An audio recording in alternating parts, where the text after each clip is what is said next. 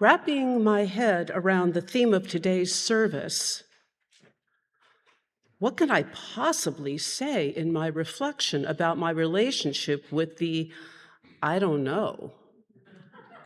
Why has it caused me brain paralysis every time I sit down to write? There must be something I can look up to get me going on this. As it happened, I was talking with a friend about the good old days of the teaching world, and poof, aha, the moment arrived. Somehow, the topic of the Myers-Briggs profiles drifted into our conversation.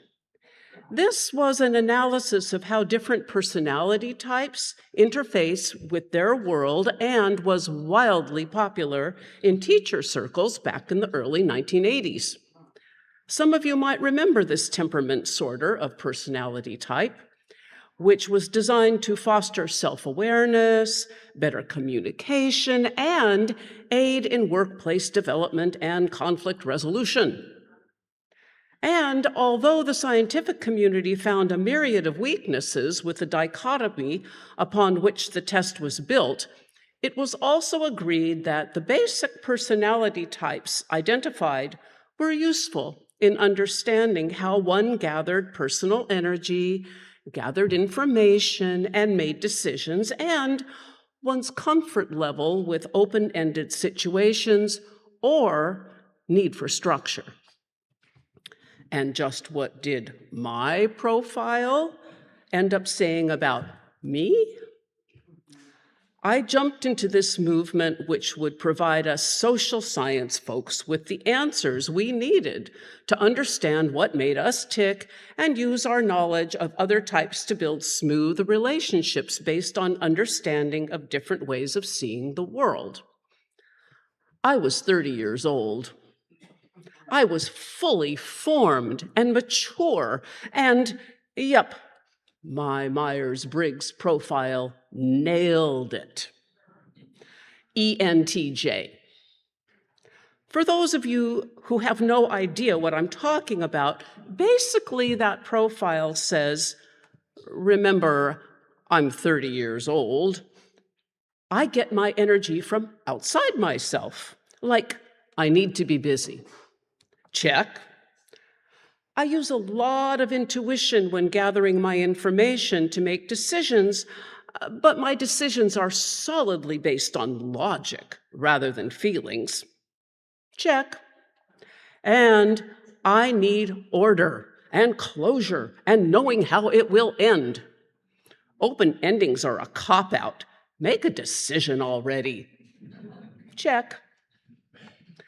Now, as the decades have passed, and somehow I'm not nearly as fully formed and mature as I was when I was 30, I can almost guarantee that if I took the Myers-Briggs today, my profile would end up a bit different. Hooray for that.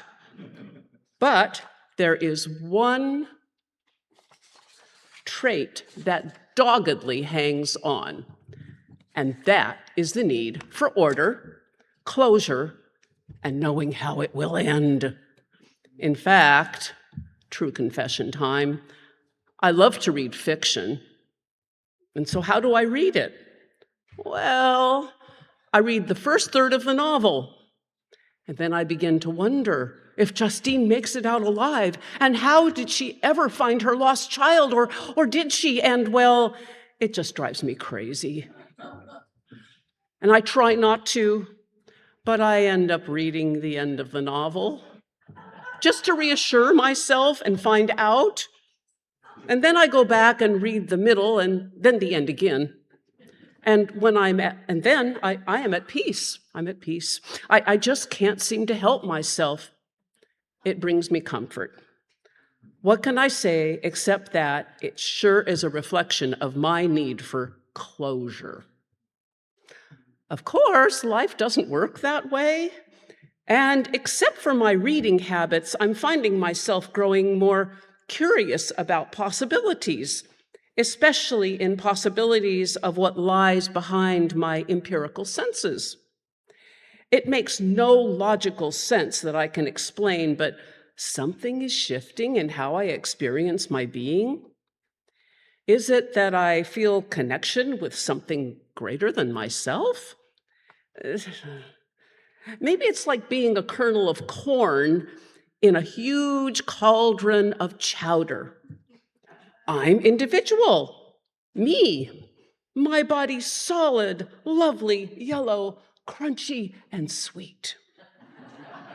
I love being my kernelness, but I'm also part of a whole that's bound together in a greater universe. Soup? And when my little kernel finally dissolves into the broth, of course, my essence remains. And who or whatever consumes the chowder where my essence is, it continues on as food to nourish what comes after. Okay, this thought excites me.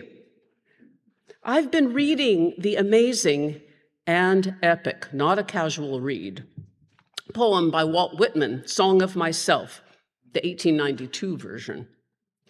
He wrestles with this very concept that he, his physical being, his individuality, is only part of a whole interconnected universe.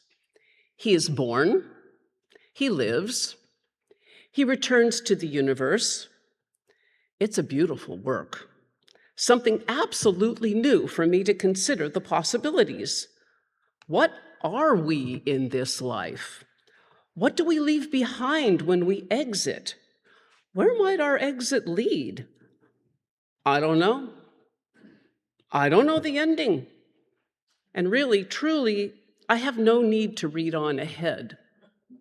The journey is exciting, and allowing the mystery to unfold feels right.